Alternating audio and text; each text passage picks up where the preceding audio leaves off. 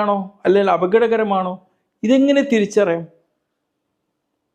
പലരും ഈ ചുമയെ ഒരു ചെറിയ പ്രശ്നമായി കാണും, എന്നിട്ട് കുറേ അങ്ങനെ കാത്തിരിക്കും, അവഗണിക്കും, എന്നിട്ട് കുറേ ചെറിയ മരുന്നുകളൊക്കെ സ്വയം ഇങ്ങനെ കഴിച്ചുകൊണ്ടിരിക്കും. പലരും ആൻറ്റിബയോട്ടിക്കുകളൊക്കെ അങ്ങനെ സ്ഥിരമായിട്ട് കഴിക്കുന്ന കാണാം. പല ചുമക്കും അതിൻ്റെ ആവശ്യം ഉണ്ടാവില്ല. പക്ഷെ ഒരു ഡോക്ടർ എന്ന നിലയിൽ ഞാൻ പറയാണ്, ചില ചുമകൾ അപകടകരമായ ഒരുപാട് രോഗങ്ങളുടെ മുന്നറിയിപ്പാണ്. അതുകൊണ്ട് തന്നെ നമ്മൾ ഇന്ന് പഠിക്കാൻ പോകുന്നത് സാധാരണ ചുമ എങ്ങനെയാണ്, അപകടകരമായ ചുമ നൽകുന്ന അപകടകരമായിട്ടുള്ള സൂചനകൾ നൽകുന്ന ചുമ എന്തൊക്കെ ലക്ഷണങ്ങളെ കാണിക്കുക, കാത്തിരിപ്പ് അപകടമാകുന്നത് എപ്പോഴാണ് തുടങ്ങിയ കാര്യങ്ങളാണ്. എന്താണ് ചുമ? നമ്മുടെ ശ്വാസകോശത്തിൽ നിന്നുള്ള ഒരു സംരക്ഷണ പ്രതികരണമാണ് ഈ ചുമ എന്ന് പറഞ്ഞാൽ. ശ്വാസനാളത്തിലുള്ള കഫം, പൊടി, ചില ഇറിറ്റൻസുകൾ, അസ്വസ്ഥതകൾ എന്നിവയെ പുറത്താക്കാനാണ് ഈ ചുമ സംഭവിക്കുന്നത്. കോമൺ ആയിട്ട് പലപ്പോഴും ഈ ചുമ സംഭവിക്കുന്നത് എന്തുകൊണ്ടൊക്കെയാണ്? സാധാരണ ജലദോഷപ്പനി, വൈറസ് അണുബാധ, ചെറിയ ചെറിയ തൊണ്ടയിലുണ്ടാവുന്ന ചൊറിച്ചലുകൾ, ഇത്തരം ചുമകൾ സാധാരണ 3-5 ദിവസത്തിനുള്ളിൽ കുറഞ്ഞു പോകും. ഈ സാധാരണ രീതിയിൽ സുഖപ്പെട്ടു പോവാത്ത ചുമകൾ പലപ്പോഴും ചില അപകട സൂചനകളാണ് നൽകുന്നത്.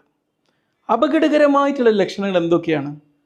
ഈ ചുമ 3 ദിവസത്തിലകം നീണ്ടു നിൽക്കുകയാണ്.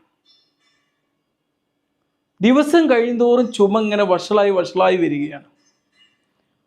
ഉറക്കം തടസ്സപ്പെടുത്തുന്ന രീതിയിലുള്ള ചുമമാണ്. ചുമയോടൊപ്പം ശക്തമായിട്ടുള്ള ക്ഷീണം, ശ്വാസം മുട്ടൽ എന്നിവ അനുഭവപ്പെടുന്ന സാഹചര്യം. അപ്പം നമുക്ക് ചുമയുണ്ട്. ഞാൻ പറയാൻ പോകുന്ന ഈ ലക്ഷണങ്ങളൊക്കെ അതിൻ്റെ കൂടെ ഉണ്ടെങ്കിൽ നമ്മൾ തീർച്ചയായിട്ടും ഉടൻ പോയി ഡോക്ടറെ കാണണം.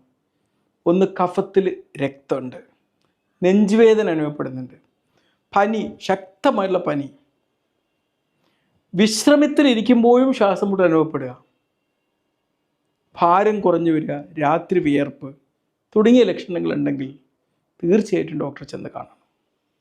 എന്തുകൊണ്ടാണ് ഇങ്ങനെ പറഞ്ഞത്? കാരണം ഇവ സൂചിപ്പിക്കുന്ന ചില രോഗങ്ങളുണ്ട്. ഒന്ന്, ന്യൂമോണിയ, ക്ഷയം അല്ലെങ്കിൽ ട്യൂബർക്കുലോസിസ്, ഗുരുതരമായ ആസ്ത്മ, COPD, വഷളായി പോവുക തുടങ്ങിയ രോഗങ്ങൾ കൊണ്ടാവാനാണ് സാധ്യത. ചുമയെക്കുറിച്ച് ഒരുപാട് മിഥ്യാധാരണകൾ നമ്മുടെ നാട്ടിലൊക്കെ ഉണ്ട്. അതിൽ ഏറ്റവും പ്രധാനപ്പെട്ടത് ചുമ അലർജി മൂലം മാത്രമാണ് വരുന്നത്. ചുമ സ്വയം മാറിപ്പോവും, എന്തെങ്കിലും കഫ്സപ്പ് കുഴച്ചാൽ മാറും. തീർച്ചയായിട്ടും നമ്മൾ ചുമയെ അവഗണിക്കരുത്. പലപ്പോഴും ചിലപ്പോഴെങ്കിലും ഗുരുതരമായ പ്രശ്നങ്ങൾ കൊണ്ടും ഇത്തരം ചുമകൾ സംഭവിക്കാൻ സാധ്യതയുണ്ട്.